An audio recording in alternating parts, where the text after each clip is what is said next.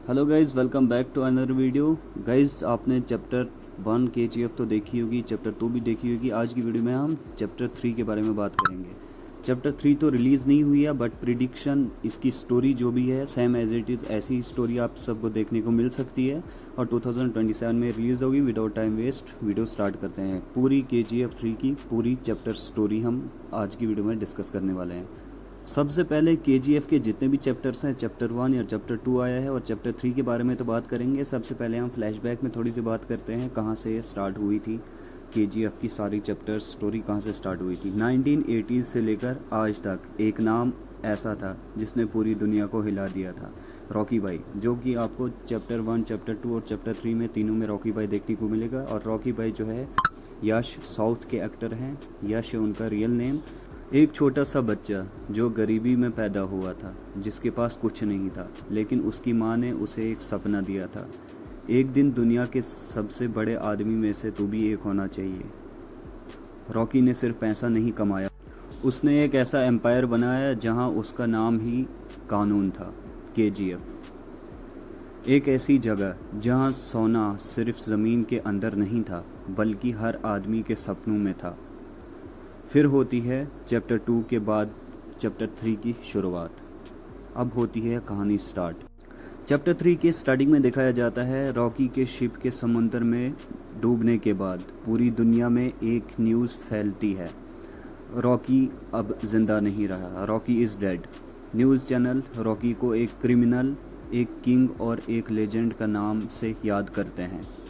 Government सोचती है कि अब केजीएफ का चैप्टर क्लोज हो गया, लेकिन रॉकी के एनिमीज़ भी बहुत ज़्यादा खुश थे। जितने भी रॉकी के दुश्मन थे वो भी बहुत ज़्यादा खुश थे रॉकी की मौत की खबर सुनकर।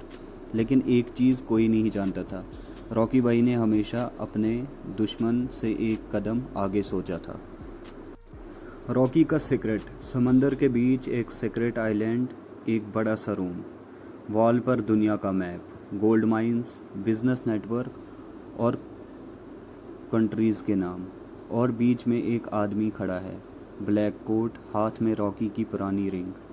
वो आदमी होता है रॉकी। जी हाँ गाइस, वो आदमी रॉकी होता है और रॉकी वापस आ चुका होता है, जिसने जो है समुंदर के बीच अंडरग्राउंड में अपनी ज़िंदगी बसाई थी और वहीं से वो अब पूरी गेम स्टार्ट करने वाला था। अब सवाल ये उठता है, रॉकी ज़िंदा कैसे बचा और रॉकी ज़िंदा क्यों है। रॉकी को पता चला था कि केजीएफ की पावर सिर्फ इंडिया तक नहीं, केजीएफ के गोल्ड के पीछे इंटरनेशनल बिजनेसमैन और पावरफुल ऑर्गेनाइजेशन भी है। अगर रॉकी ओपनली ज़िंदा रहता तो उसको अपने लोग टारगेट बन जाते। इसलिए रॉकी ने अपनी डेथ को अपना सबसे बड़ा वेपन बनाया था। उसने फेक न्यूज़ बनाई, लोगों को बोला कि अवेयर करो लोगों को कि रॉकी अब ज़िंदा नहीं रहा, ताकि वो अच्छे से काम कर सके। दुनिया उसे मरा हुआ समझती थी, लेकिन रॉकी ज़िंदा था। उसके बाद नया खतरा आता है। कुछ साल बाद दुनिया में एक नया प्लेयर आता है।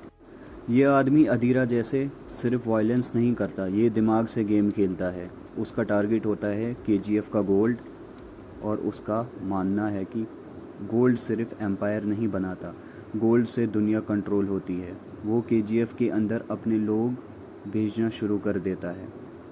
केजीएफ में प्रॉब्लम आ जाती है। रॉकी के जानने के बाद कुछ लोग बदल जाते हैं, कुछ लोग पावर के लिए लड़ने लगते हैं, कुछ लोग कहते हैं रॉकी के बिना केजीएफ कुछ नहीं।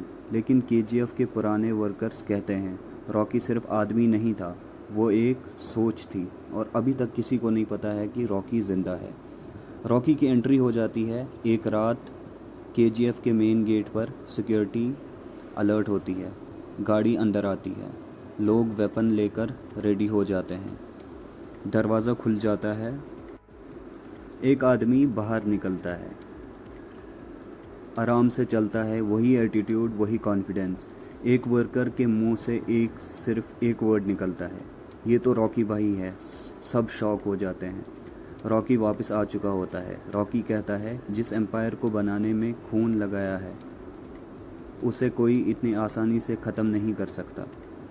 रॉकी का नया मिशन स्टार्ट हो जाता है। इसी के साथ रॉकी अब सिर्फ केजीएफ बनाना नहीं आया था, इस बार उसका मिशन और बड़ा था। वो पूरी दुनिया को दिखाना चाहता था कि केजीएफ किसी एक आदमी की प्रॉपर्टी नहीं है। केजीएफ उन लोगों का सपना है जिन्होंने अपनी ज़िंदगी लगाई है। और इसी के बाद नया गेम शुरू हो जाता है। रॉकी के वापस आते ही पूरी दुनिया में हलचल मच जाती है। जिन लोगों ने रॉकी की मौत का सेलिब्रेशन किया था उनके चेहरे पर डर आ जाता है, क्योंकि एक बात सब जानते थे, रॉकी भाई जब वापस आता है तो सिर्फ एंट्री नहीं करता, एक नया रूल लेकर आता है।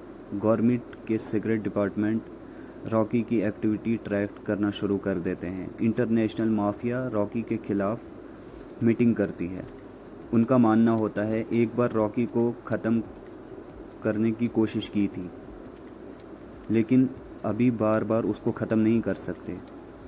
उसका नाम बहुत डेंजरस है और वो आदमी भी बहुत डेंजरस है। उसके बाद न्यू विलन का प्लान करते हैं। नया विलन एक डेंजरस प्लान बनाता है। वो डायरेक्ट केजीएफ पर अटैक नहीं करता, वो रॉकी के लोगों को तोड़ना शुरू कर देता है। वो उन्हें पैसे देता है, पावर और पोजीशन का लालच देता है और लोग रॉकी के खिलाफ खड़े हो जाते हैं। रॉकी को पता चलता है कि सबसे बड़ी लड़ाई बाहर नहीं अंदर ही है। मेरे अपने ही लोग मेरे अपोजिट हो गए हैं। रॉकी का इमोशनल मोमेंट स्टार्ट हो जाता है।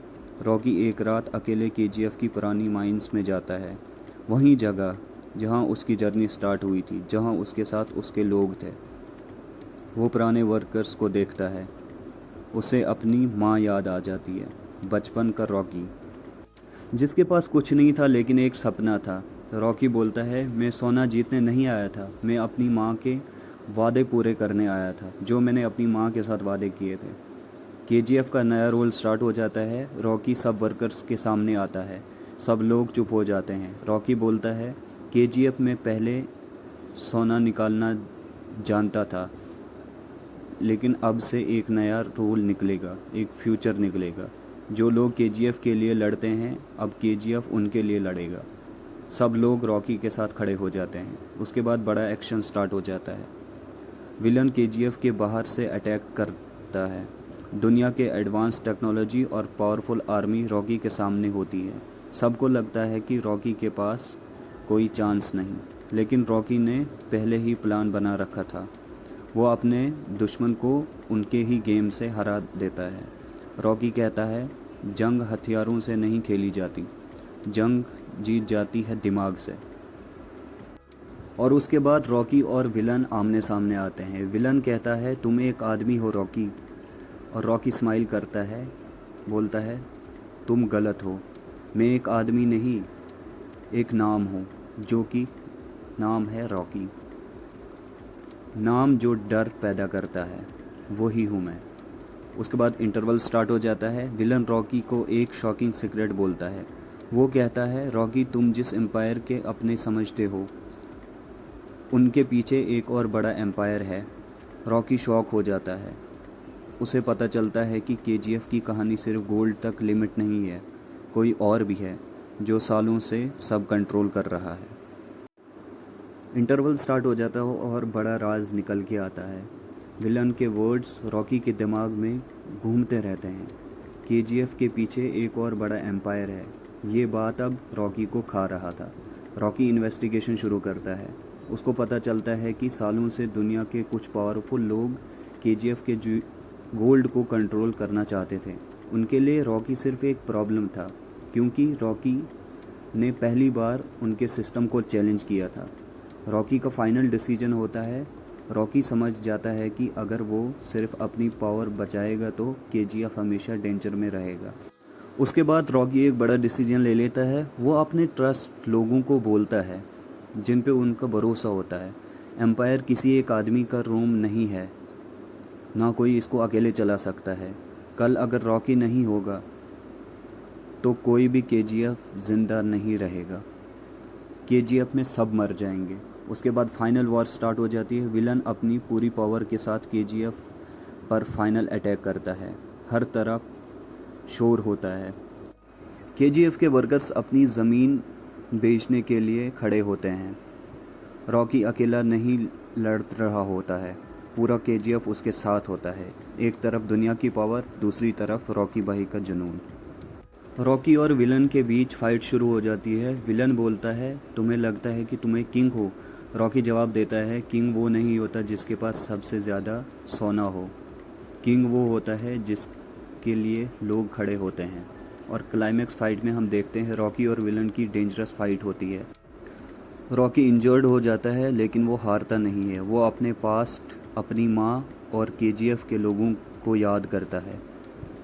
आखिरी मोमेंट में रॉकी विलन को पूरा प्लान डिस्ट्रॉय कर देता है। विलन का पूरा जितना भी प्लान होता है वो सब सिस्टम क्रैश कर लेता है। केजीएफ बच जाता है और इसी के साथ यहीं पे वीडियो एंड हो जाती है। आपको ये वीडियो कैसी लगी, कैसी स्टोरी रही? अगर ऐसी ही स्टोरी रही तो कितना एक्साइटेड हो आप इस मूवी के लिए, वो भी कमेंट में ज़रूर बता देना। और यश के कितने बड़े फ़ैन हो कमेंट में ज़रूर बता देना। मिलते हैं गाइस बहुत जल्दी एक नई वीडियो के साथ। चैनल पर नया है सब्सक्राइब करके बेल आइकन को क्लिक करना ना भूलें।